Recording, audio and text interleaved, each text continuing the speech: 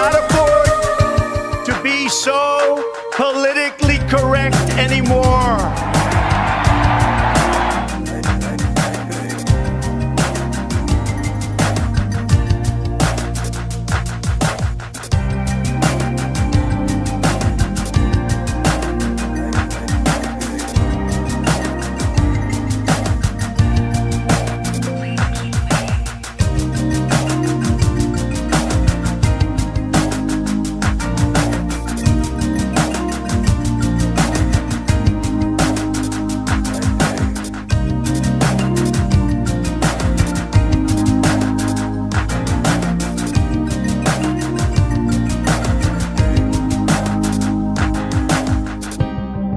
Americanism, not globalism, will be our credo. Please continue to hold for the next available representative.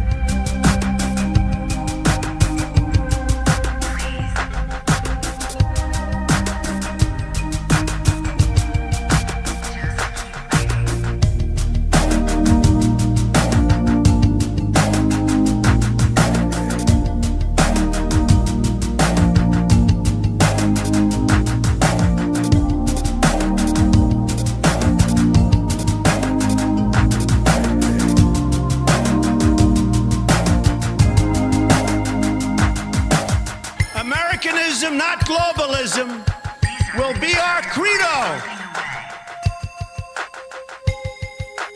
We appreciate you waiting and waiting. What is it you're waiting for? Do you even know anymore?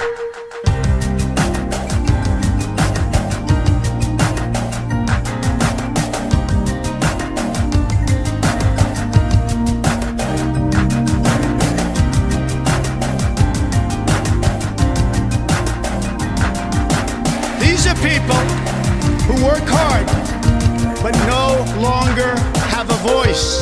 I am your voice.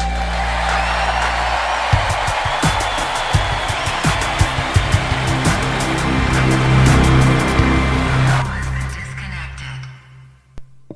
Hello, everybody, and welcome back to a brand new live stream. Make sure you guys like the stream down below, subscribe if you have not yet subscribed, and we have a lot to get to tonight. I know it's late, but that's okay. We're going to go on anyways. We were not able to go on last Sunday, so we're going to go on today, and then we'll hopefully, not guaranteed, but we'll do a weekly wrap-up this Sunday. But we have a lot to talk about. We got to get to the hype train, the fake hype train of Gavin Newsom for the 2028 Democrat nomination. Possible strange bedfellows teaming up to kind of just go all in on this guy to stop a third Trump term, essentially, whether it's, obviously it would be with somebody else besides Donald Trump, but we understand the natural successor. A lot of people are not happy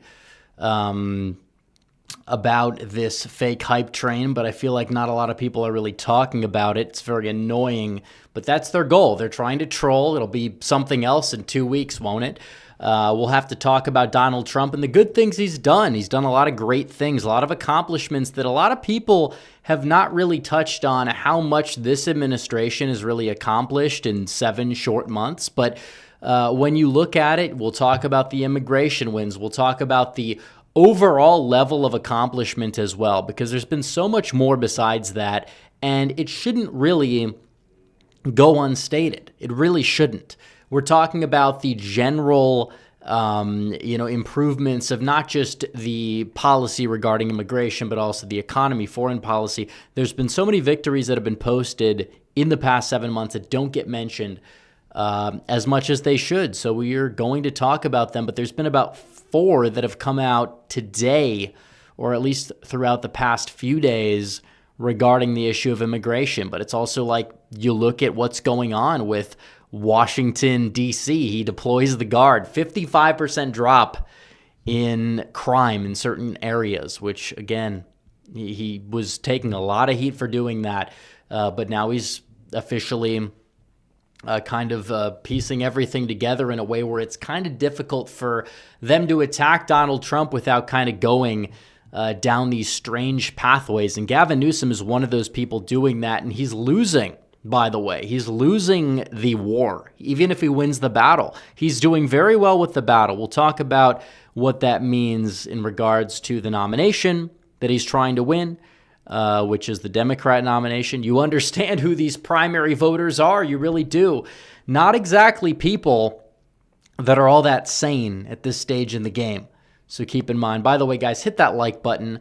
We're 20 away from 100. You guys know the stream starts when we hit 100.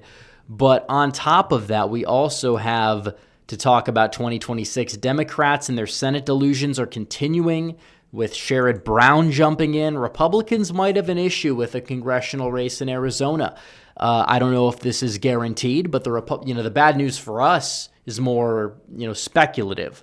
The bad news for them is set in stone. Even if they can try to spin it as good news, what they're really doing here is deluding themselves into spending more of their money in places where they have zero chance of winning.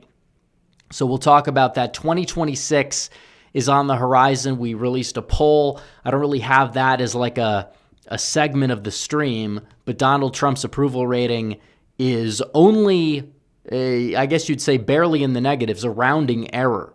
And that's in the worst month of polling possible for Republicans, where you've had a lot of negative press coverage for Donald Trump. Doesn't matter. It doesn't really matter. So like the stream, we're 20 likes away from 100. We don't hit 100 in a minute or so, we'd probably just start the stream anyways, because I know it's a little bit late.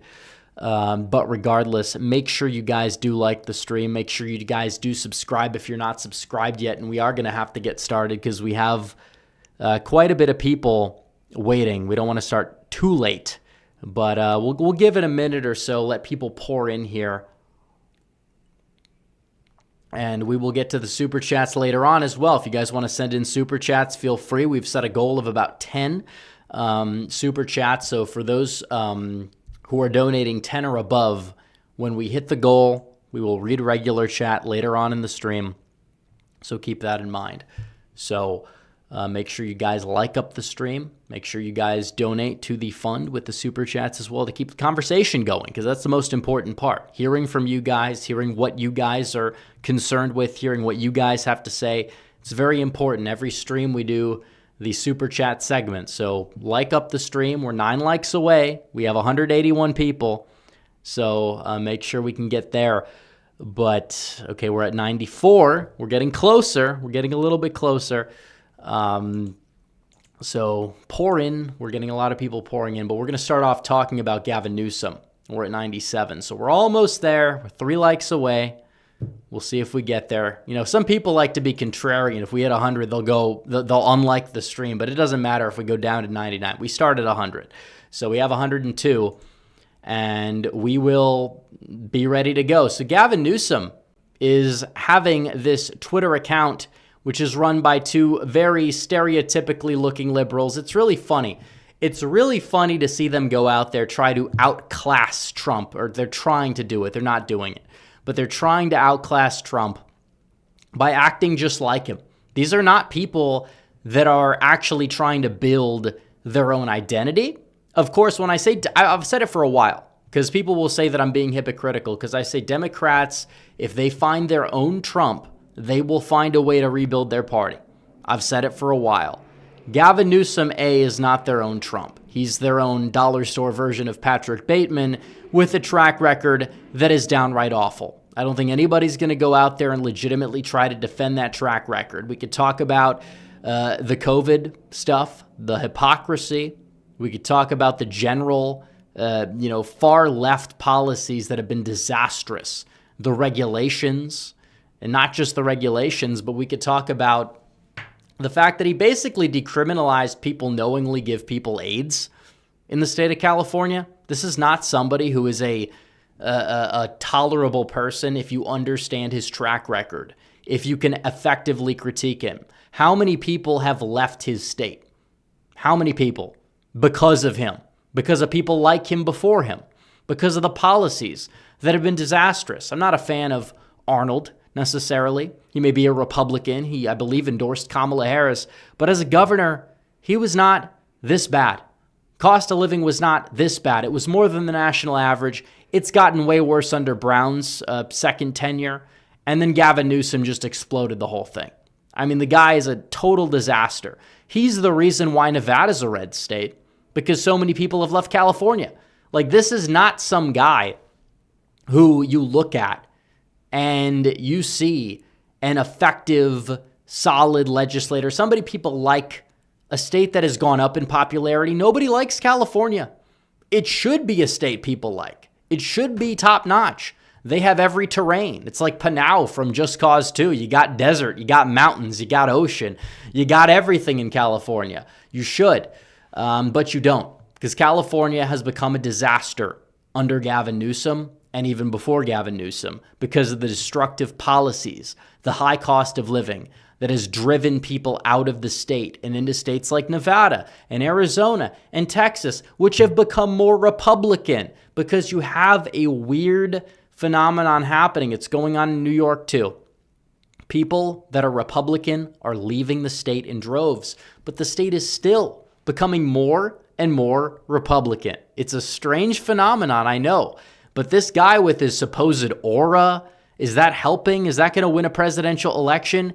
He underperformed Joe Biden against a nobody in the state by 11 points, against a nobody in 2022, in a horrendous year for Republican gubernatorial candidates after Roe v. Wade was overturned. He underperformed Biden's 2020 performance by 11 points. This is not some electoral juggernaut. His track record of electoral politics in the state is not as bad as Kamala Harris's, but it's not good.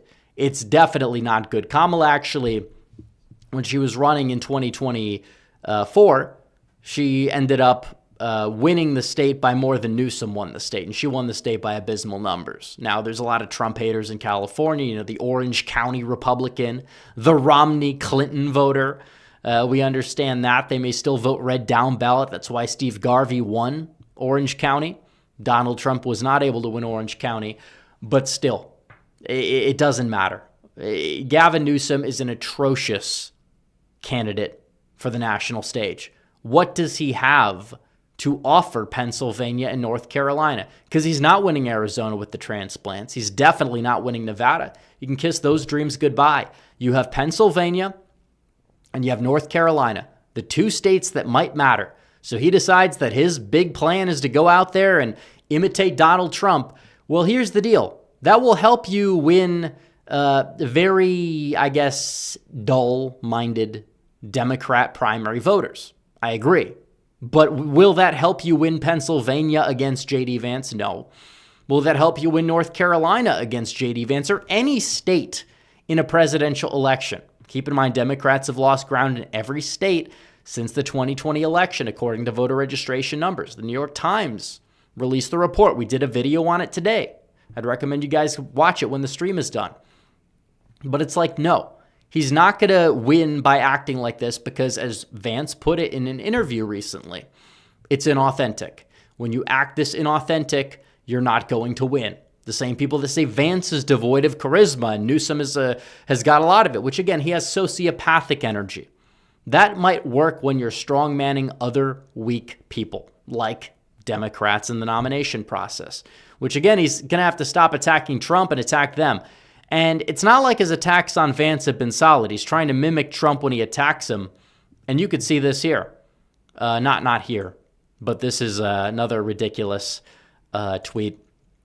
Again, he's going out there and trying to say, oh, he put his finger to Trump and Trump did it to Putin. And then he says, Trump is mocking me. It's like, I guess, ironic because the whole thing is like he's trying to do Trump shtick. It's not funny. It doesn't land. You're not Trump because you don't have Trump's aura. Okay? But when it comes to Putin, it's like, oh, he's giving Trump free publicity of him standing up to Putin because Trump stands up to everybody on the world stage. A lot of people, contrary to popular belief, he will push people around. Even people he supposedly likes or people that he's accused of liking, like Putin, or people like Netanyahu. Trump is always not afraid to take a pragmatic approach and give peace through strength. It goes for everybody. It's like everybody on the world stage besides him, they're all children fighting. He's going to put his foot down. And that's not copying Gavin Newsom. That is just his philosophy. But we'll talk about 2028 because he's not running against Trump. Trump's not going to run a third term. If he was younger, we could talk about a possible retooling of the 22nd Amendment, but that's not what we're working with here. We're talking about the attacks on Vance from Gavin Newsom, where he comes up with the nickname. Is he calling him something clever? No, he's calling him Just Dance Vance. Okay. They might as well go back to the couch jokes, which were built on a total lie, because this is even worse than that. Okay? This is even worse than that. Talking about how he is like trying to save Trump from this disastrous maps war, which again, Trump didn't start the maps war. The maps war, or the map war, was started by the Democrats. They were the ones who went out there and drew ridiculous maps in places like Illinois and New York and even California under the guise of a falsely independent commission. They benefit from gerrymandering. Anybody who's viewing it objectively can see that. On top of it, they benefit from the census. They benefit from the census seats, the seats that were given to them, 5 seats, the same number of seats that are being drawn in the state of Texas that are taken away from the Democrats and put in the Republican column. So it's fair. What Texas is doing and Ohio is doing, they're trying to level the playing field. Democrats have bad geography. They want to blame Republicans. That's the problem. That's the main issue. But in reality, Newsom is trying to do this as a power grab, not because he gives a shit if Democrats win the House or not, because he doesn't care about anything other than himself. And that's why he wants to go out there and do this so he can make a name for himself for the 2028 nomination. Democrats are without a leader. But if Gavin Newsom is their leader, they're guaranteed a higher ceiling than they are with people like Pete Buttigieg or AOC, but they're also guaranteed, or a higher floor, but a lower ceiling than they are with possibly somebody else, somebody lesser known. And they're guaranteed almost a loss when it comes down to it. It doesn't matter. This guy is a clown. People are going to see through it on the national stage, even if Democrat primary voters don't. That's the thing. That's why they're trying to astroturf this guy. He's trying to astroturf himself. Is it working? Well, it's working in the moment. But is it going to work in the long run? I'd say the odds are less than average that it will. So he can keep doing this. He can keep doing that while Donald Trump is stacking victories on immigration, on the economy.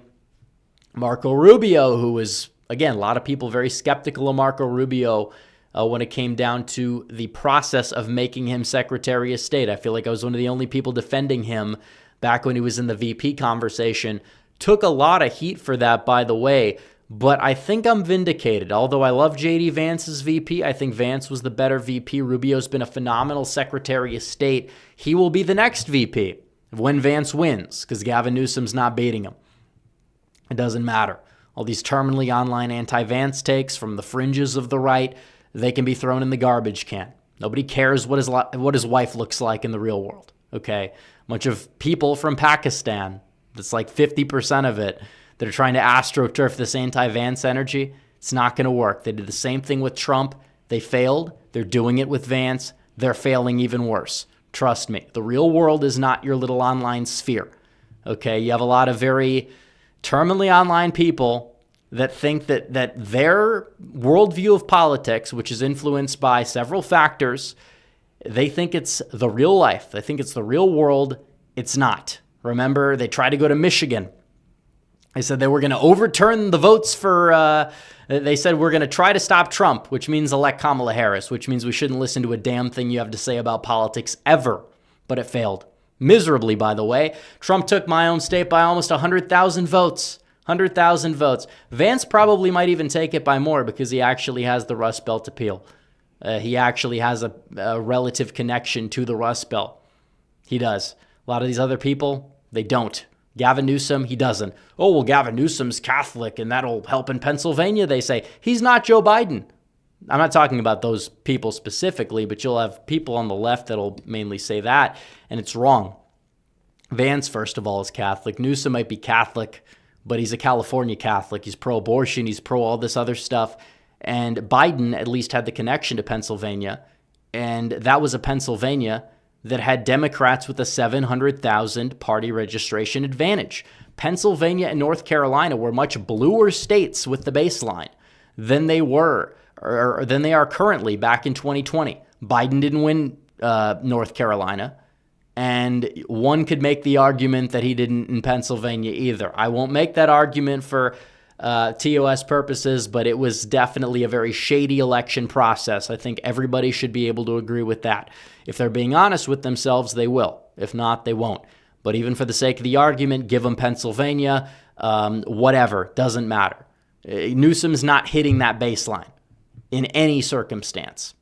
Any circumstance. So Marco Rubio, let's get back on topic, goes on to say, effective immediately, we're pausing all issuance of worker visas for commercial truck drivers. The increasing number of foreign drivers, which they don't know how to drive to save their lives by and large, operating large tractor-trailer trucks on U.S. roads is endangering American lives and undercutting the livelihoods of American truckers. So Americans first. It's not just America first. It's Americans first. That's another thing, because you have the foreign policy, but you have domestic policy. You can't be displacing American workers. You can't be doing that.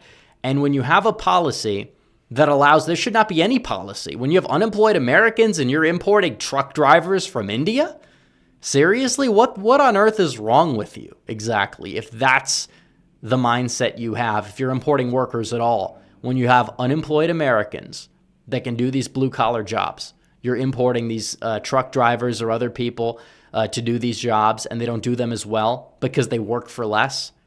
Those corporations that engage in that hiring, they hate this country. There is no other logical, feasible explanation other than the fact that those corporations have disdain for this country and the people who built this country. So when you have Marco Rubio is going out there and saying, effective immediately, we're pausing all issuance of visas, that is huge. This is a big moment for Rubio. This is a big moment for Trump, because what they are doing is making sure that you're not going to have people taking jobs that belong to native-born Americans. You're not going to have that. It's absolutely huge that we're seeing this. And we're seeing it all over. It's not just this industry. It's just by the rhetoric of Donald Trump and what he's able to do, what he's able to accomplish. These same people, I mean, you had people that said Trump was the same as Kamala on immigration. These morons, these brain-dead morons, they have to have an IQ of 70. If not, their emotional IQ is far below that because they can't understand reality. Oh, they're the same, they say. Really? They're the same. Would you see this under Kamala Harris? Border crossings at virtually zero, and the overall foreign-born population since January is down by 2.2 million. Yeah, it's not perfect. We're not going to have everyone just vanish with the snap of a finger. If I could do that and deport every illegal alien, I would. Of course I would. There's no doubt in my mind that that would be the right thing to do. But we have to be pragmatic. And the fact is, I don't think that looking back at it objectively in November, that I would have anticipated the overall foreign-born population in 6 months to go down by 2.2 million. And a lot of that is self-deportation. A lot of that is people leaving the country, stopping these visas, you name it. But regardless, we're winning. We are officially winning because we are turning back the clock when it comes down to the immigration policy. We're turning it back. We're going back to not just the days of Trump, but hopefully long before Donald Trump, long before the Immigration Act of 1990, where you've had 1 million people pour into this country every year. They've been voting 70-30 Democrat, and that's being very generous to the Republicans. And in many cases, they're changing communities. The communities don't look like how they did before. They're not kept the same way. And it's a problem. Some of these people have assimilated. Some of these groups assimilate better than others. All that is true. A lot of them have been very solid Americans, and a lot of them agree with everything I'm saying. But you also have the flip side of that. You have the flip side where you have a lot of people that see America as an economic zone. They don't see it as the country that a lot of heritage Americans will see America as. the way I see it, the way you see it, the way a lot of people see it. And that's the major problem. But we're turning back. We're making sure that we're not just stopping the bleeding, we're reversing it. We're reversing the bleeding completely at the rate things are going. 2.2 million in 6 months. You talk about the illegal population falling by 1.6 million. If you extrapolate that to the rest of Trump's presidency, all the Biden illegals and then some will have vanished. They're gone. Trump is actually following through on his promises. And so many people want to complain. The panicans, the simps, the other people, all sorts of different factions that are looking to seem quirky or different or whatever on the right. They're all wrong. This is common sense versus the enemies of America. That is what this has come down to. There's nothing else. And Donald Trump is winning. He's winning the war. Yeah, I agree. We need to see a deal with Russia and Ukraine. I think that's important. But has he attempted to make progress? Yes. Would Kamala Harris have attempted to make progress towards a deal between Russia and Ukraine? Of course she would not have. And that will lower the cost of living because people that don't remember, the inflation rate was rising because of spending in late 2021. But 2022, the straw that really broke the camel's back was energy. And because those Russian sanctions that Biden put on only to buy the same oil from Russia at an upmark rate from other countries for the sake of optics, which was a total disaster, ruined the economy for so many Americans. It's going to change because we're going to be able to lift those sanctions as part of a deal. If we do that, you're going to see the cost of living go down right before the 2026 midterms, and it's going to be great. It will be great. And not only this with immigration, I like to call this one Operation H1 Buy. Remember all the losers and lunatics ranting and raving about, oh no, Trump's going to be beholden to Elon Musk when it comes to immigration and H1Bs, only for those same losers and lunatics to go out there and support Elon Musk's deranged ketamine-fueled claims about Trump being involved in the Epstein files. It's insane. It's all about being anti-Trump. That's just the way these people operate. When it comes down to it, Operation H1 Buy, Donald Trump is beginning the review of 55 million people, some of which are not in the country, by the way, if we're going to be honest, but so many people with U.S. visas that have overstayed them for deportable violations. This will get rid of a lot of waste, fraud, and abuse, people staying in the country. It turns out you could just do things. We've heard about visa overstays crackdowns even from Democrats, hot air. Obama talked about it, never did anything about it. Trump's first term was better, but it wasn't perfect. Now you're seeing Trump's administration going out there, 55 million people that can, come into the U.S. or are in the U.S. that possibly shouldn't be here will not be able to. And that speaks volumes. A lot of that is H-1B fraud, waste, and abuse. So Trump's beginning that, and you still have people that will complain about Trump, complain about Vance, and say that Donald Trump is no different than Kamala Harris, is no different than Joe Biden, is no different than any of these other people. It definitely is a lot. It is a lot of difference. You can complain about little things. I'm not happy. I said it. I did a whole segment or 2 or 3 about the amnesty comments about, letting these farm workers stay or the hospitality workers stay. But actions speak louder than words. You don't get to do that one way, but not the other way. Look at the actions, and they speak louder than words. We have to be honest here. Those were not good words, but the actions are far better than the words and mean a hell of a lot more than the words. When it comes down to deportation numbers, people will say it's not where it was at the Biden levels. But when you have millions of people every few months crossing the border illegally and some of them get turned away and they manage to be counted as deportations, of course the numbers should be higher under Biden or Obama or whoever. That's not the point. The point is the actually going into the country, go to Chicago, New York, LA, find these people, deport these people level of deportations are much, much higher. And they don't need to be super high because you do it sometimes. You get it well publicized. You get the Democrats to defend actual weird sexual predators who are very likely members of MS-13. And what happens? You get those people out of the country, and it benefits the country, and people see those stories and they leave on their own. And it's a great thing. So let him continue. I don't care how well it polls in these garbage polls that have been proven wrong time and time again. I don't care how it polls. I want to save this country. That's most important. The polling will be secondary to that. When these people are gone, it's not going to matter. It's not going to matter.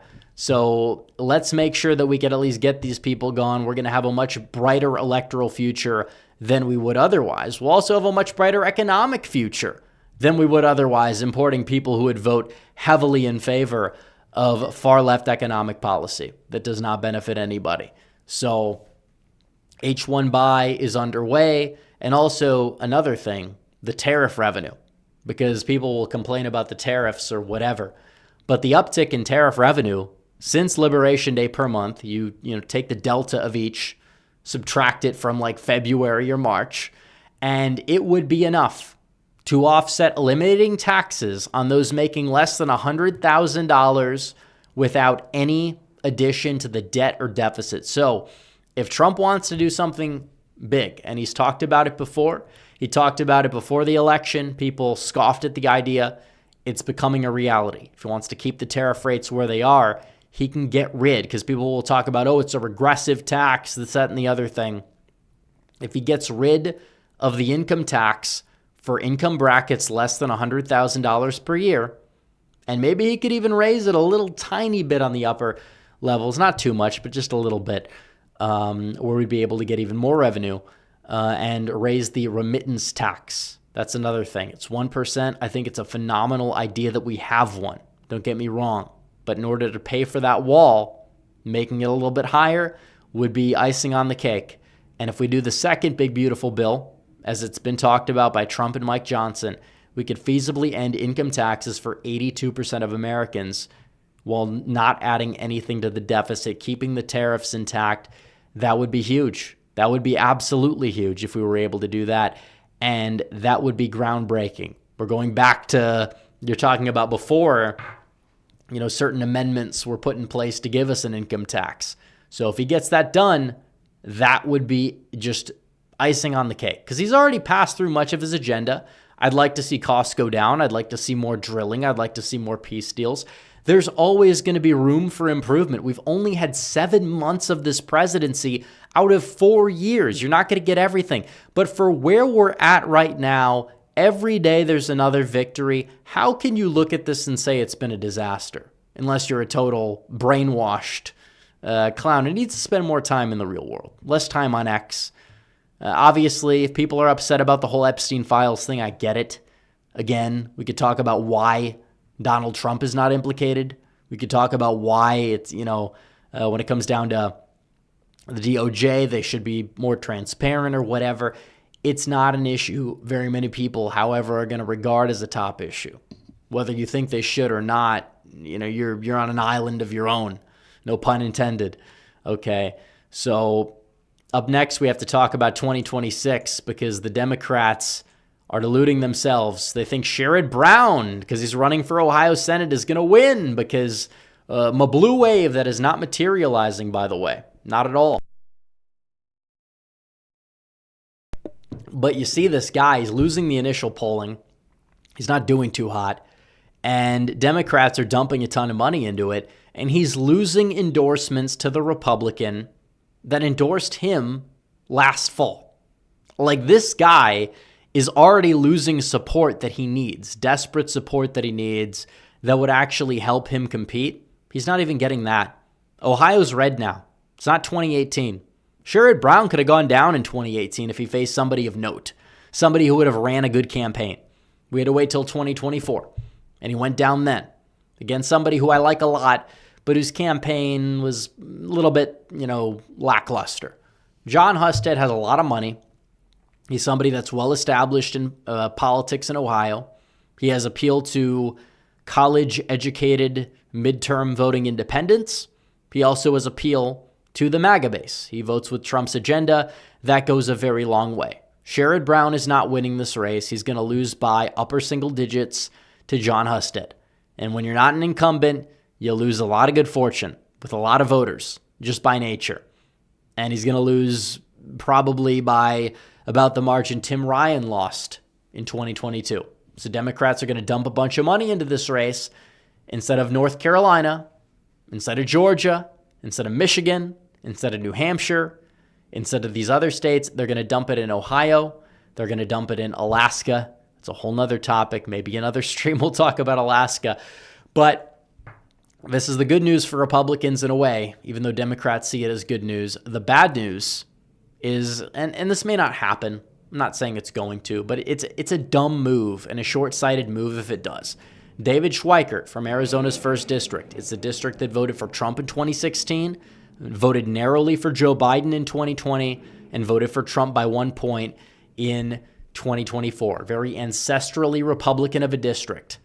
But beyond that point, it's not like exactly the pinnacle of like a MAGA seat in the House. So you have this guy who's a good fit for it. He overperforms, and he is now claiming that he might run for governor, where you have a field that is occupied by Andy Biggs with Trump's endorsement and Karen Taylor Robeson with Trump's endorsement, who's going to lose to Andy Biggs. So you got some guy in 3rd place. He's going to vie for 3rd place. Is this really what we want? Some guy who's going to run, get in 3rd place? I don't think that's the best idea. And again, Trump's not going to endorse him in a triple endorsement, especially as he'd be throwing away a House seat potentially in the process. And if Schweikert runs for re-election, he probably wins. So I don't know what he would be doing if he jumps in. I hope this report's not true. I've heard conflicting things from people on the ground. But regardless, I think it's important to note that Schweikert is the favorite if he runs. But if not, it could be a little bit of an issue for Republicans in the district. So he should probably think about running if he's not already making up his mind to do so, because running for governor does not make any sense. He'll finish a distant 3rd. Probably will finish 3rd in his own district. If anything, it's not really the best bet for the guy to do that. So regardless, we will get to the super chats. It is about time. We have a lot of super chats to get to possibly. Maybe not too many, but guys, feel free to send in super chats. We will see what you guys have to say. Roku Fan 1835 says Trump better not endorse carpetbagger Derek Dooley in the state of Georgia. I don't believe he will. I don't believe he has a reason to. You have to think about it this way. You have a guy who is a MAGA trucker turned congressman, but still overperforms Donald Trump and is likable in Mike Collins, or you have some guy whose claim to fame is being the son of a football coach who has not been relevant in the state of Georgia in decades. So among boomers, the Dooley name runs strong in Georgia. But again, it's like the Herschel Walker thing all over again. Yeah, he's not going to have the scandals. But Brian Kemp has no political instincts when it comes down to this stuff. He could obviously run for Senate and win, chooses not to. Okay. And then you have him endorsing some guy who very few people have heard of. The last name is important, but this guy is not somebody who is all that strong and doesn't really have much of a political background. This is Georgia. This isn't like Tommy Tuberville in Indiana, or not Indiana, Alabama. But the Dooley guy is not the coach. He coached rival teams. He didn't coach Georgia. So he's not the best candidate in the state. Mike Collins, I don't think would be guaranteed victory, but I think he would do just fine. It's going to be a close state, very polarized state in Georgia. That's not going to change.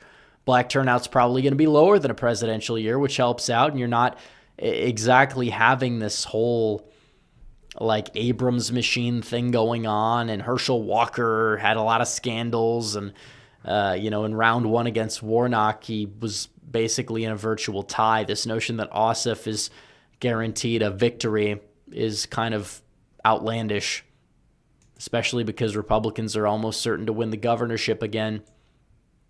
But Red Whale 18 says, would you like to see Kemp for Senate in Georgia in 2028? I mean, he's more than welcome to run. As for his ability to go out there and win it, that's a whole nother topic. But I'm not a fan of Kemp, but when it comes down to Georgia, it's a left-moving state. It's not a state that in the long run is going to be electing MAGA types here in and here out. I mean, they'll compete, but it's not a sure thing anymore. If Newsom beats Vance in Georgia in 28, I would not be surprised. Although I think Vance would beat him in Pennsylvania and North Carolina, which is all that matters. So it's not the end of the world. It's really not.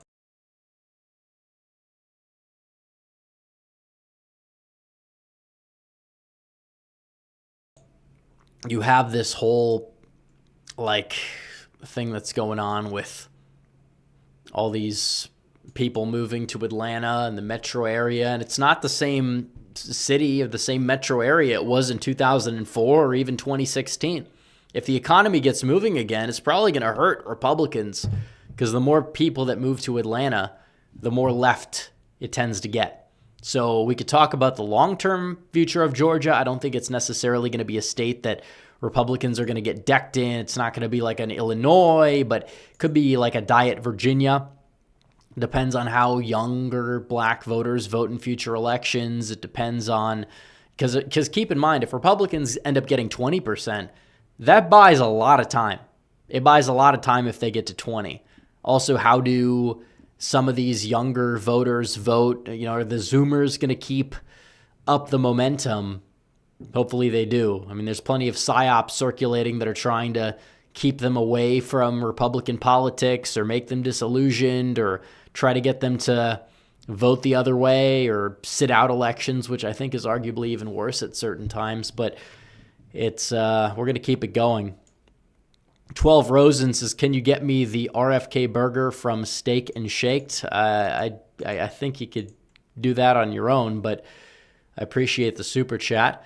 Sean Jaramillo for 5 says, what do you think about the Supreme Court considering gay marriage? Well, you'll have a lot of people that are saying this is going to be an electoral disaster if the Supreme Court decides to rightly rule on Obergefell v. Hodges, which there's a lot of Republicans and so-called conservatives that believe that this is an issue that was rightfully decided, except it's not. It belongs to the states. And most states even have it legal, and most states have support to make it legal, and most Republicans have been avoiding the issue, and it's already semi-codified. So the notion it would even have this Roe v. Wade level impact is wrong.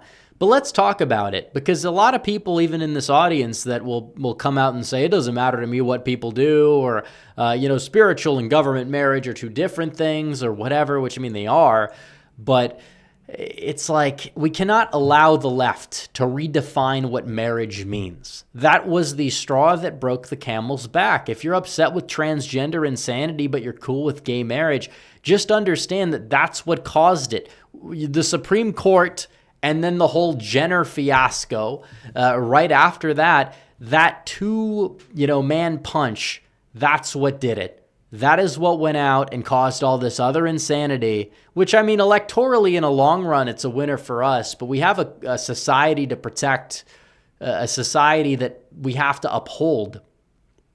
We can't be going out there and saying, oh, well, how does this affect you personally? It does. It does. It affects people personally. You have children that have crazy parents that are going to be affected by this because they now have a mandate to just chop off the genitals of their children that would not have existed if it was not for, in many states, maybe not federally, but in many states, it would not have existed if it was not for Obergefell v. Hodges, because the slippery slope, they say, is a fallacy. It is not a fallacy. And I'm not expecting very many states to outlaw the so-called thing called gay marriage. What I'm saying is it was a wrongly decided case that led to a lot of bullshit that needs to be overturned. It's not about hating gay people. It's not about any of that stuff. It's about understanding where we're at and understanding where a basic line should be drawn. I'm not the biggest fan of civil unions. I can live with them. But when you cross that line into redefining what marriage means, that's where you lose everybody. That's the problem. There's no such valid thing ever. It's not a religious argument even. There are religious arguments to be made. It's not even a religious argument.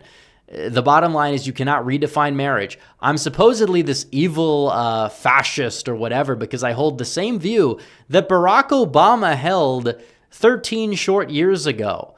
The view Barack Obama held when I was in middle school is now viewed to be something that you cannot say or some position you cannot have in civil society. That is not organic.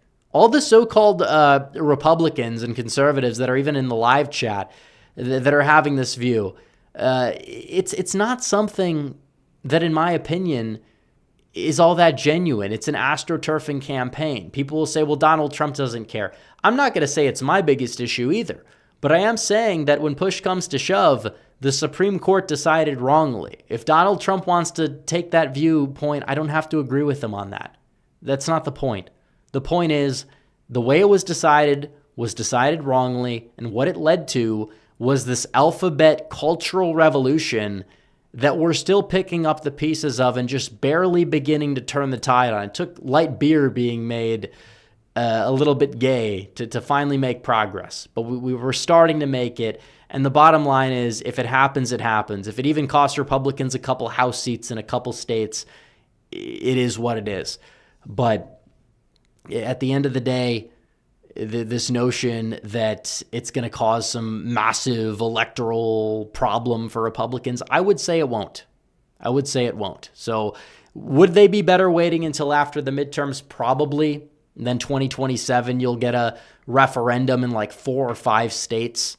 But like Mississippi and Utah, the semi-codified marriages or whatever, if it happens, it happens. It's a state issue. It's not a national issue. It's not a federal issue. Anthony Kennedy was a hacktivist judge, one of Reagan's worst appointees to anything.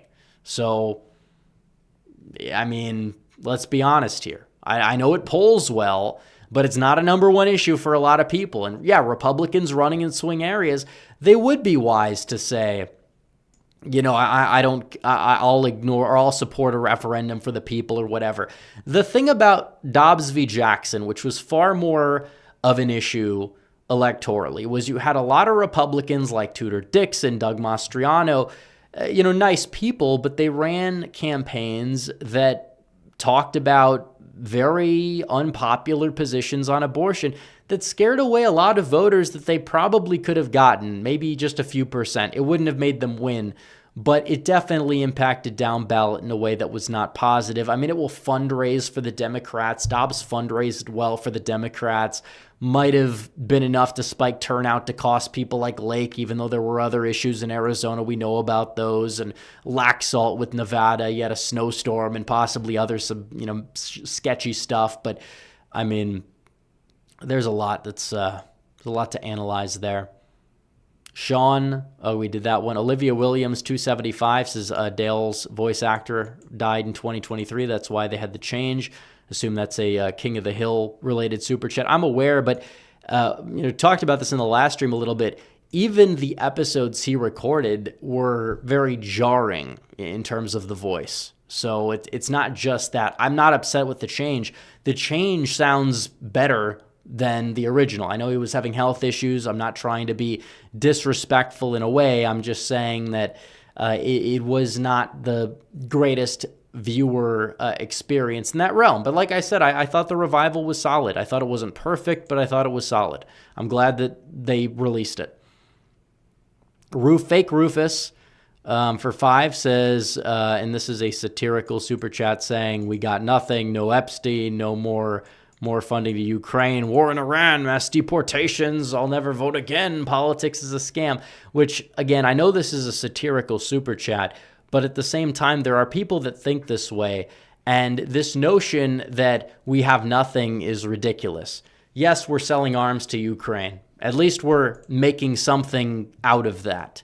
And we're trying to end the conflict, and there's going to be some negotiations with both sides on it. Trump will be critiqued by the media, the left, the neocons, because at times he'll be friendly with Putin. And then he'll be attacked by some fringes by saying nice things or being friendly with Zelensky or upset at Putin. These are two people who are corrupt thugs, and they need to be dealt with accordingly. And we want to end the conflict. We don't want Russia to have all of Ukraine, but at the same time, Ukraine's not going to realistically have their 2014 borders. We want people to stop dying. That's it. It's not about who wins the war or whatever. Russia should have the Russian-speaking provinces where the people are going to side with Russia. It's better for Russia. It's better for Ukraine even, if you want to be completely honest. But yeah, as for the war, they said we go to war with Iran. We took out their nuclear facilities. We're not in a war with them. We have a ceasefire. I'm not saying it's going to last forever, but this notion that it was like an unsuccessful disaster is also a take that happens to be an unsuccessful disaster. And for deportations, I mean, it's not just in the number of ICE removals, it's everywhere. And you're seeing the massive reduction. And that's thanks to people like J.D. Vance, who some fringe characters are saying is going to be bad on immigration because his wife happens to be like a second generation immigrant or whatever. And it's like, it doesn't matter. Like that part doesn't have any impact on anything. Like Trump isn't importing Slovenians at record levels because of Melania. I mean, Vance has been one of the few people that's spoken up on H-1Bs, and credit to him. It's just everyone's grasping for straws to be upset at something because they want to be talked about. They want to set a unique, quirky narrative. It's very feminine behavior on their part, but they're going to keep on doing it for one reason or another. So let them keep doing it. Real Texan Politics for 5 says thoughts on Chip Roy for Texas AG and Briscoe Cain for the dude. I don't know much about Briscoe Cain. As for Chip Roy, if the guy gets the AG slot, is he gonna, put his head down and go to work, or is he gonna put his head down and try to start lawfare against Trump with his Trump derangement syndrome? Because I would hope it would be the former. I would hope he would get to work. He's somebody that has a track record that has a lot of good things in it, and then he's got this TDS factor, and it's really counterproductive, and it's really hurt his career significantly. So we can't really just sit up here and, I don't know, just like green light him the nomination. He has to prove it. I would like to see the other people. I think there's a chance he could be a decent AG, but I mean, I really don't want to sit up and hand the keys to the Attorney General's office of my state of somebody who's crying, crocodile tears or, God forbid, real tears for Liz Cheney back in 2021.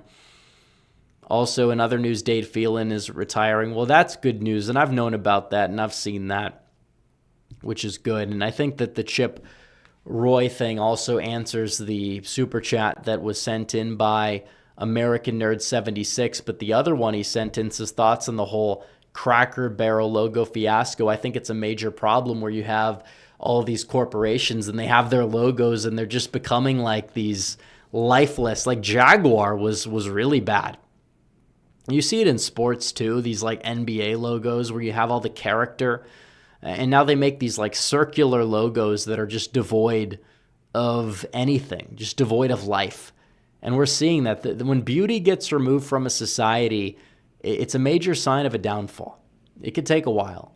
People will say, why do you care what the logo is? It's fine. It's like, no, it has character. You're taking character out. You're becoming too minimalistic. It's a problem. Some modern architecture is fine. There's some very modern architecture that is decent. You look at the skyline of Detroit, for example. People don't think of Detroit when they think of like a beautiful city. But the skyline works. You have a lot of old architecture, and you have the Renaissance Center. And if they get rid of that, then that's a whole nother problem. We don't have to talk about that. But I hope that they don't. But it's like some modern architecture can gel well with some, older architecture. And we know that, and we see that when we look at the skyline of downtown Detroit, for example. But when it comes down to what they're doing with the over minimalist, it lacks character. Certain modern stuff is fine. I understand that it's fine to have a mix. But when you just try to be this minimalist and just remove the beauty from anything or remove the character, it just shows that people just have become NPCs. They've just become robots. They go along with everything. We can't allow that to happen. It's never been a healthy thing. It never has been. You look at modern art. They tape a banana to a wall and they sell it for $1 million. It's like these people, not only are they scammers, but they're just like, they don't, it's just tone deaf. It's just tone deaf and just disrespectful to humanity and what we've done and what we've built in the past, few thousand years or so. It's just absolutely just a slap in the face to what we've been able to accomplish as a species in general. Sam Madsen for 5 says, even if Georgia becomes a blue-leaning state, would Republicans still be favored to hold the legislature? Yes, because it's a very good geographical state for Republicans, and it's a possibility that they could be able to take the state and divvy it up by electoral votes, and they'd still be able to take the lion's share of them for a while if they did that. American Nerd 76 says, didn't Trump support gay? Well, I think Trump doesn't care. I don't think it's my number one issue.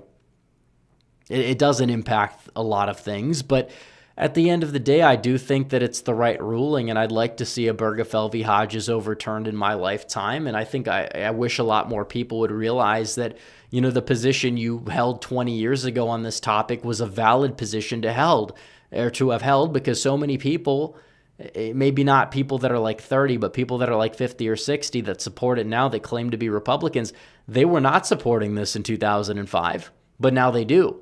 Democrats, by and large, did not support this in 2005, but now you'd be banished from their party. I mean, even from certain Republican circles, you would be.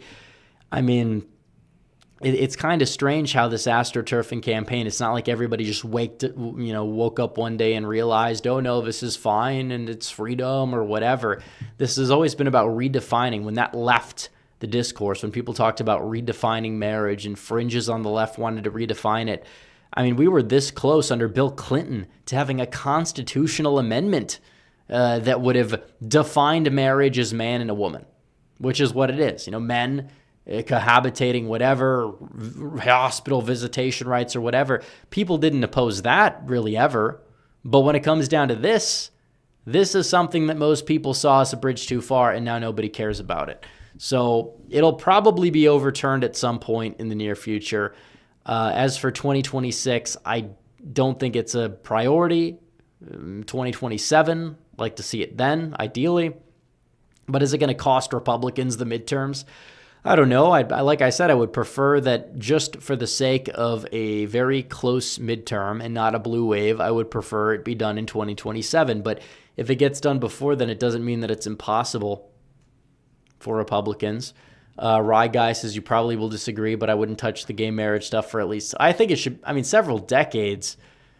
I'd say by the end of this decade is fair. Several decades. Look, it's going to go to the states, and the states are going to probably have it mostly legalized anyways, and it's semi-codified nationally. So it's not the biggest deal in the world. That's not what I'm saying. But Wyatt 1828 for 10 says, it feels like he's been president for years. He's done some insane work in a short period of time. I'm especially happy on border security. Deportations need to be sped up. Yeah, deportations will be sped up because ICE funding has gone up tenfold. But as for just the I guess you would say level of people that have left the country since he's taken office, it's unprecedentedly high, higher than I would have expected it.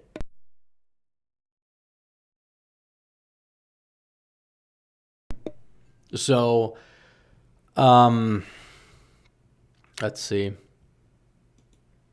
But J.R. Williams said, did you hear about the 55 million visas? Yeah, I did. We talked about that on the stream earlier. American Nerd 76 says, I heard that the case the Supreme Court might hear about gay marriage might involve interracial marriage, could impact the verdict. Well, every state has that legalized. This notion that if it goes back to the states, it's going to matter, like Alabama, Mississippi. In the 90s, Alabama had a referendum, and that was almost 30 years ago. And still, 60-some% of Alabama voted for it. There were some counties that went blue that voted against it because, you do have a segment of the black community as well that opposes interracial marriages or whatever, like Muhammad Ali was an example.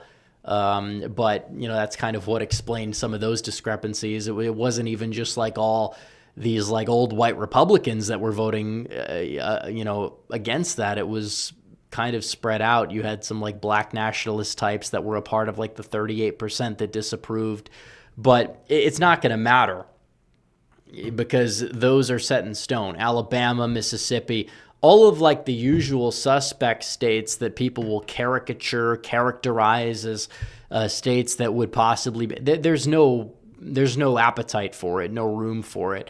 So this notion that that would matter, it's not going to make any difference. And again, it's also semi-codified.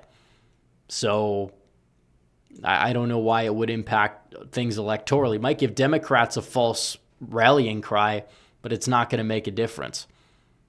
It's like Republicans want things in the states because constitutionally that's where they typically are.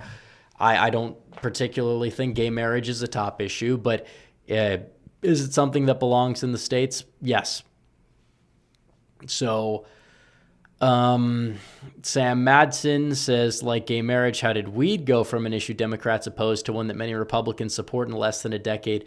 Probably, I would say it's more of a generational thing. I think that, and maybe I think it's changing. I think it's going back the other way because now people realize that there are some negative externalities that come from it because, marijuana becomes legal and then people have to deal with the consequences and then they want possible controls on it. Maybe it's not going to be a full criminalization, but as for a, public banning of something like what Trump said about Amendment 3 in Florida, where he took the middle ground on it, which I was shocked that failed, to be honest. Very surprised that failed. But, and maybe it's because Florida, again, it's an older state, but when you have the legalization, you have commercialization, you have the effects where people can't walk down the street without it smelling like marijuana.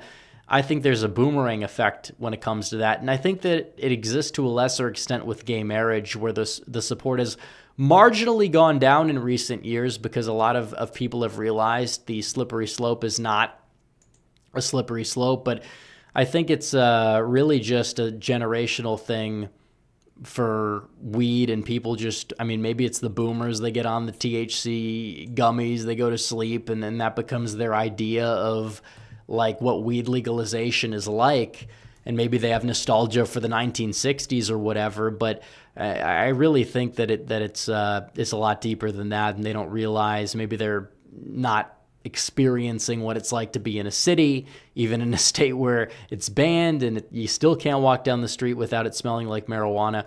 But I don't know. There's a lot of, I think it's generational, but I think a lot of us have realized as time has gone on that it's been a negative, a lot of the legalization has been negative.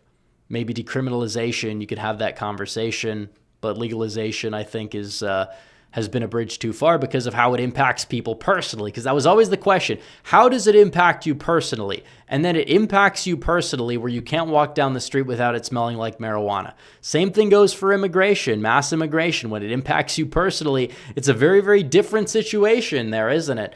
When it comes down to everything, when things start to impact people personally, they start to wake up a little bit and realize that it's a problem. So 100%. Let's see. Real Texan Maronite Mike says Cracker Barrel is now Crapper Barrel. Yeah, that logo redesign is lifeless. It's awful. It's, again, just disastrous. I've never eaten there, and I never probably will after what I just witnessed. So Real Texan Politics is that woman in Virginia with that one sign proves that Wallace 68, Harris 24 voters exist. Well, I'm sure they do. But as for the sign, I didn't see anything about it on Twitter. I saw like two people in chat say talk about the sign at the something about Winsome Sears because she's running. So somebody held a sign talking about transgender bathrooms and telling her that she can't share their water fountain because Winsome Sears happens to be a black woman. This was a Democrat holding a sign. It's very interesting. that they held up that sign at the rally. I'll say that, but I don't know. I don't know if that person was alive to vote, or 18 when George Wallace was running in 68. I will say it's funny how Pete Buttigieg is pulling a goose egg with black voters. And it's like David Duke ran as a Democrat in 1988. Even he got like 1% of the black vote. George Wallace got more. He got like 2% of the black vote. Pete Buttigieg, who's leading some polls, the polls he's leading, he's getting 0% with the black vote. So again, if they nominate him, I'm not saying that the black vote's going to go Republican, but turnout's going to drop so much to the point where Democrats are going to lose Georgia, put Virginia in play, put Illinois in play. It'd be pretty funny. It would be pretty amusing. So I don't know. I'm sure there's some Wallace 68, Harris 24 voter. I don't know.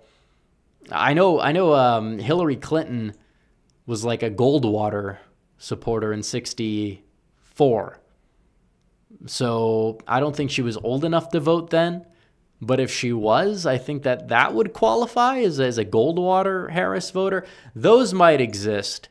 Wallace Harris, I mean, I'm sure they exist somewhere. I think that there were Wallace Obama voters probably in parts of like Kentucky, parts of Arkansas, maybe even southwestern Pennsylvania, if people can call back reference to a certain article that was written in the New York Times in 2008, which was pretty amusing, but we can't say the language here, obviously. But T bunch of letters for 5 says, which states besides Illinois and New England are unfairly drawn that favor Dems? New Mexico, Oregon, California, New York, Maryland. I mean, the list goes on and on. American Nerd 76 for 6 says, well, justices like ACB might rule with the liberal justices because of the interracial thing. In my opinion, biggest Trump L. Well, the thing is that it's funny because Clarence Thomas, who's in an interracial marriage, probably is going to look at the whole case and analyze it properly, because that's what he does. I mean, he'll see it and say, okay, it belongs to the states. It's not a matter of supporting something. Every state's going to have interracial marriage legal, and 44 states will have gay marriage legal, and the rest are going to have civil unions and have to acknowledge the marriages conducted in other states.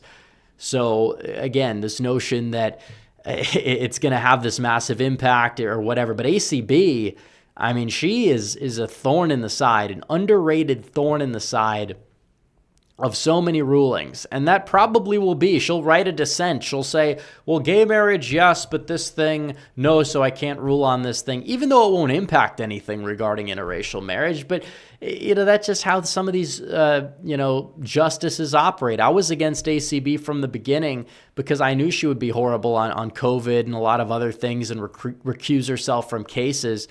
And I took heat from it because, people were too caught up in the traditional ACB LARP or whatever. And I was happy that she was able to get in before the election.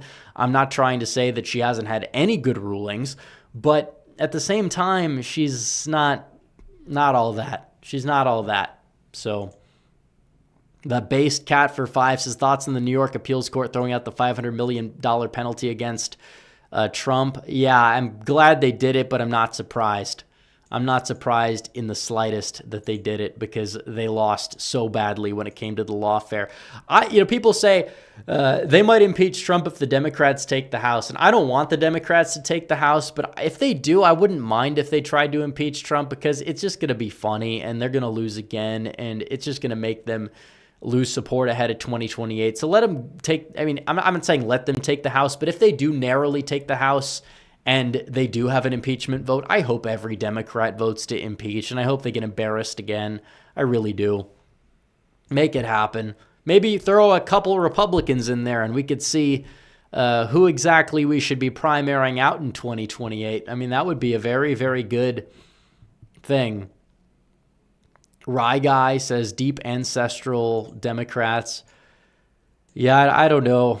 It's just a strange phenomenon you have, I guess. Some Democrat boomers will express, certain sentiments towards black conservatives and then also call you racist or whatever like buzzword they want to throw out there for saying that maybe all this demographic change is not a net positive for America.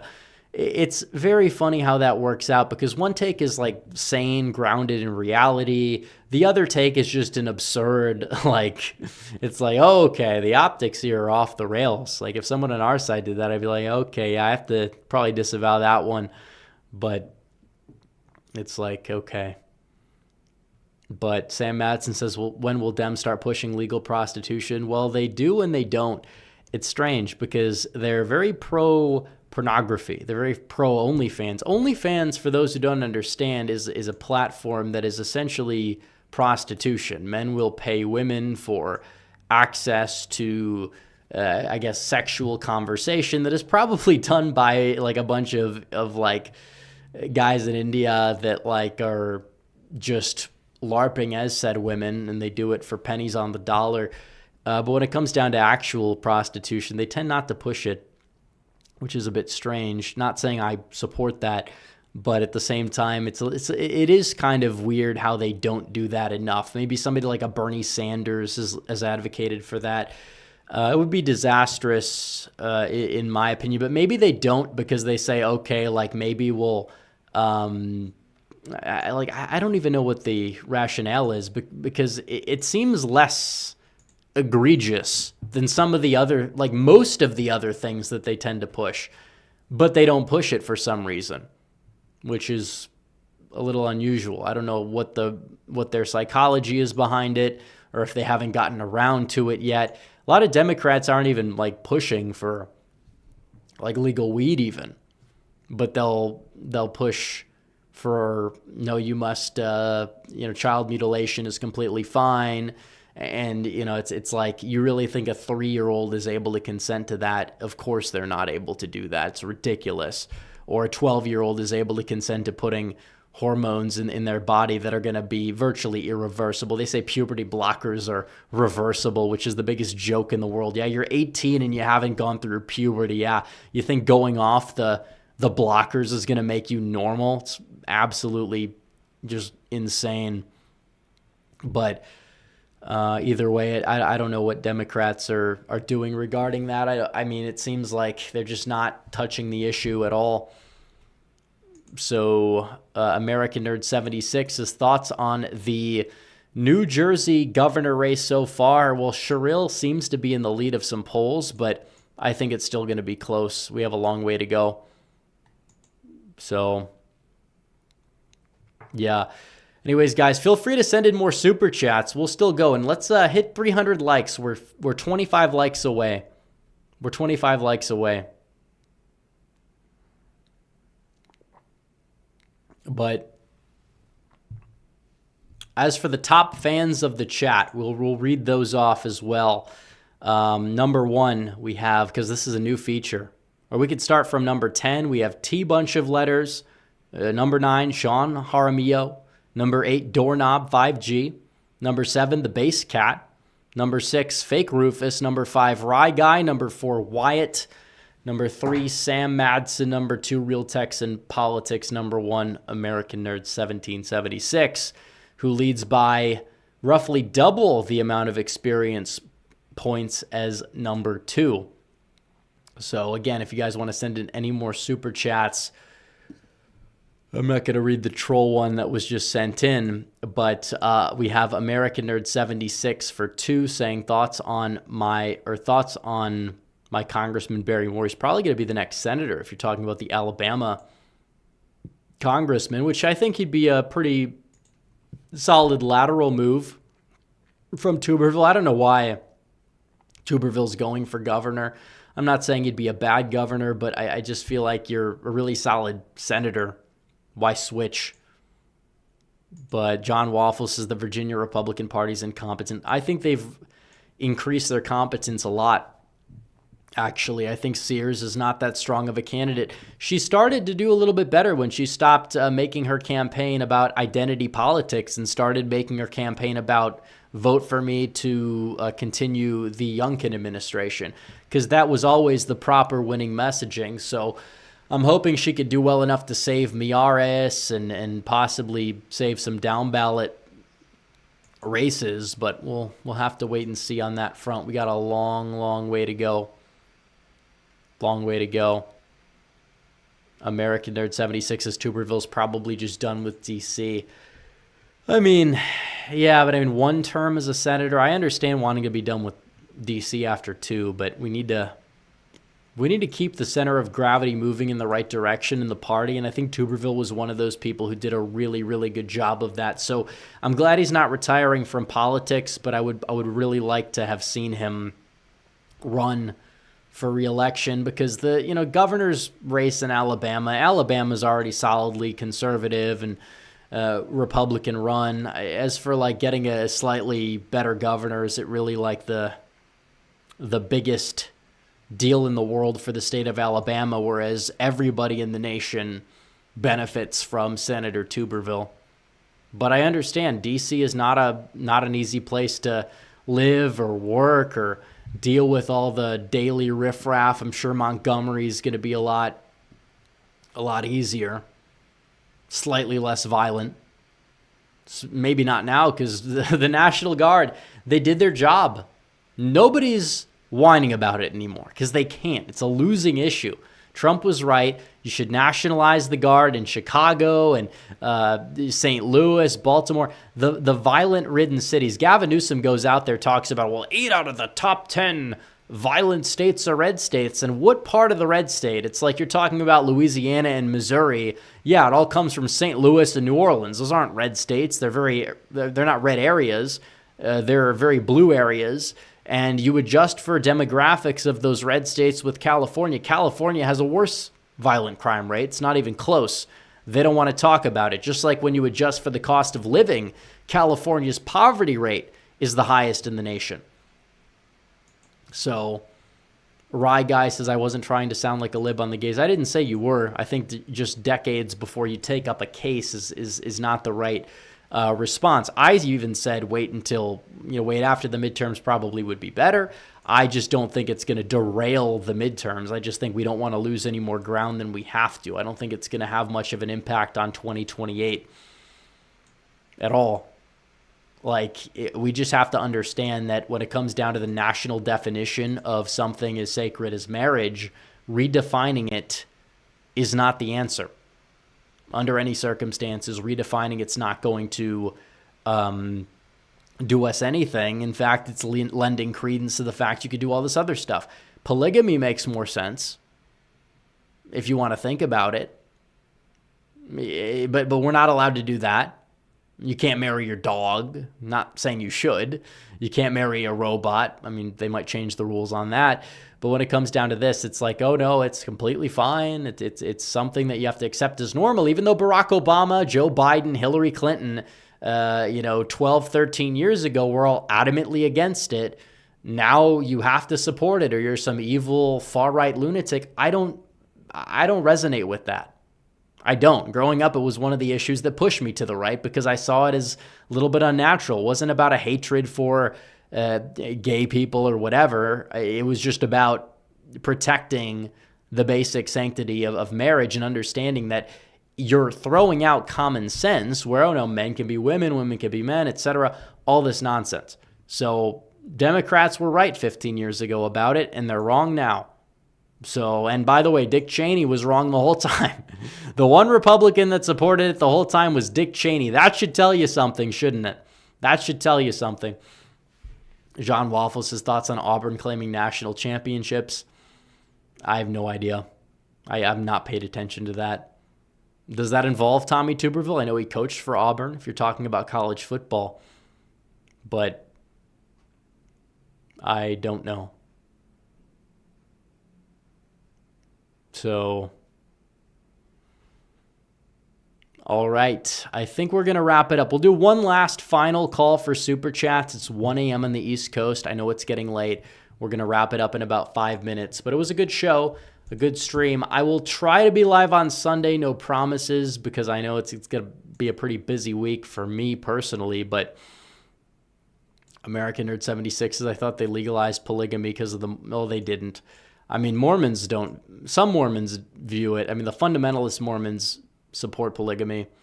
The non-fundamentalist Mormons believe you should be excommunicated for practicing polygamy. I'm not pro-polygamy, but I think it makes more sense than some other things. Okay, I'll leave it at that. In the first half of the Bible, polygamy is a valid thing. If you've read Genesis, read Exodus, yes, it gets phased out. We understand that, but there's more precedence for polygamy than there are other things regarding marriage. That's the main point. So Wyatt for 10 says, if you want a real spicy take, think we need to push women out of armed forces. Nation who sends its women to die for its men has lost its soul. Well, combat, I agree with 100%. I mean, this notion that we have to draft our daughters, which that hasn't really been a big thing, but this notion that women need to be in combat, women shouldn't be in combat. Men have always been the ones that have stood on the front lines. And up until 10 years ago, that was the way it is, but not anymore. So again, women helping out. I mean, military is huge. Okay. There's a lot of different positions. If women are going to be in other positions, they could be in those positions. You're going to need nurses. You're going to need all sorts of people. But as for combat, as for front lines, things like that, yeah, no, they should not be involved. It's, again, common sense. I don't know any woman who would want to be involved in that. People will say that's it's funny. People would say that that's an anti-woman take. I don't know any woman who'd want to be put on the front lines to go die in a war. If anybody has, be my guest. But, if there's like a volunteer, somebody who really wants to do it, I'm not going to stop them. But it's like the notion that we should be in a position where we draft them or put them on the front lines. Yeah, I don't see it, especially because the physical differences are real. I mean, men are not women. There's a reason why there are 0 women in the NFL, the MLB, the NBA, the NHL, the MLS. It's because men and women physically are different. You can maybe find an obscure sport where women might be better, like endurance swimming. But in reality, this notion that men and women are like just equal, and the only thing different is if you have one part or the other, but even then they say that doesn't matter. No, it needs to be thrown in the garbage can where it belongs, where it's always been until 10 years ago when certain people started listening to the craziest fringes of society telling them that if they didn't believe otherwise, then they were the bad guy. So no, we're done with that. So let's see. Doorknob says, what's my middle name? Don't have one, actually. American Nerd 76 says, will the Russia-Ukraine war be over soon? I would hope. American Nerd 76 again says, why don't we get rid of the draft completely? I agree. I mean, we should. If we're under attack, though, then what are we exactly going to do if we have a shortage? I mean, we have to be pragmatic here. I don't want to use the draft. But what would happen? Sam Madsen says a pro-gay marriage amendment would be on the ballot in Missouri next year. Hot take, I think it might not. I think it would probably. I don't think it would pass 80-20 or 70-30, but I think it would pass. I mean, it's about as popular as, if abortion passed, I think it would. I don't think it would pass as, you probably would have some like Hispanic or black neighborhoods in St. Louis that would vote heavily Democrat, but might show a little bit of restraint on that amendment, though I will say that. John Waffle says Trump needs to go after H-1Bs. Well, he is going after H-1Bs. I know it's getting out of control. If he doesn't go after them more, it's going to be a stain on his legacy. I think he's starting to realize it, especially because India has been really pissing him off on trade. And that's the thing. I mean, you have Stephen Miller. You have Vance, who's gone on record lately and said that he's called out Microsoft. It doesn't matter what he says. You're going to have people that are going to trash Vance for one reason or the same people that will support Newsom for president. Oh, but then they say, oh, it's just irony, just a prank, bro. Okay.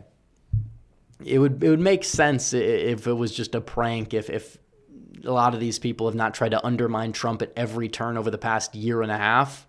But you don't get to play that card. If you want to be a serious political person who's pushing the envelope, you don't get to play the card. of it's a prank, bro. It's all a prank. If I get called out on being stupid, it's all a prank. It's all irony. It's like, no, not how it works. Not how it works. But H-1Bs do need to go. I mean, it's really changed a lot of communities and has depressed American wages. And it's only like, it's one subcontinent that has taken all of the visas. Because if you look at who should be, from a standpoint of ability on the world stage, who should be coming to the United States, you know, you would expect a lot more from China and Korea and Japan. India is like below Central America and like the Middle East in terms of what you would expect. Even when you adjust for population, it's like they're not reaching the levels. You have a select few people that can. Those people tend not, like I said, they don't assimilate that well.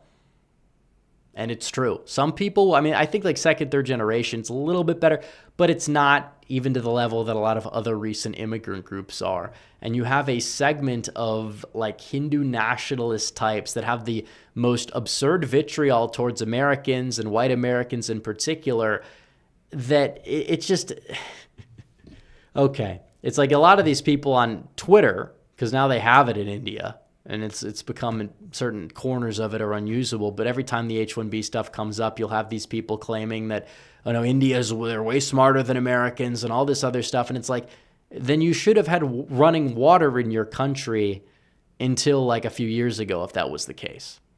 But they expect to be able to, you know, insult America and then go to America. And the reason why it's supported in India is because of the remittances. Trump has started to tax them. It's not high enough. I'd like to see it higher. It would have been higher if it wasn't for Lindsey Graham, yet again. A little bit of a disaster. I would like to see him lose his primary, but that's another topic. American Nerd 76 says, if Rubio becomes VP, should Tulsi go to state? Yep, I think so. I think it'd be a good upgrade. We almost had that in 2017, believe it or not. But didn't quite get there. So I think we're going to wrap it up. We've been live for an hour, and we'll go 2 more minutes, 2.5 minutes. So any final super chats, got to send them quick. But we've been live for 2.5 hours. We could look in regular, or we've been live for about 1.5 hours. We got about 2.5 minutes till we hit the 1.5 hour mark. We'll end it. Vance would win against Newsom because Vance would win Pennsylvania. And if you win Pennsylvania, that's it. I don't think Newsom is going to be capable of winning the state of Pennsylvania. It's just, I don't see it. His charisma is like slimy. It's not as good as people give it credit for. Vance has more than people give him credit for. Every time he's in the media, his numbers go up.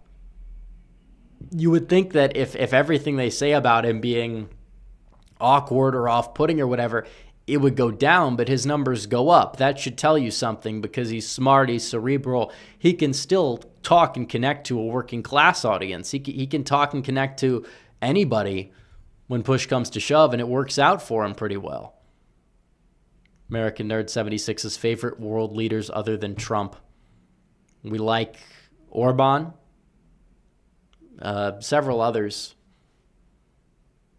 for sure, but I think Orban would be the favorite, the model leader. Bolsonaro was good, but I mean he's kind of like in his Trump 2022 state right now, where he's, you know, he's out of the limelight. He's running from the law. He's trying to hide. Bukele's very good as well. Bukele's done a great job. I like what he's done. 2 witnesses for 5 as well. Appreciate that super chat. Even though it's blank. I don't know if that was meant to be blank, but I appreciate it. Malay is decent. I mean, philosophically, I don't align with him 100%, but in action, he's been very solid, I would say. But There's not a lot of these world leaders. You have a lot of emerging people in a lot of Western countries, but I think that the younger generations are going to save Western Europe. I think the older generations are just too cucked. The AfD is gaining traction because they're doing better with younger voters. Like there's a lot of the right-wing populist parties in Europe. They're going to do well over time. We're just not there yet. That's the main issue. Don't have 5GS. I don't know what that means, but I appreciate the 2. I appreciate the 2. So we'll wrap it up, guys. Like the stream down below, subscribe, hit the bell. I'll see you guys in the next one. I know it's late. We got to get going, but it was a good stream. So anyways, guys, Red Eagle out.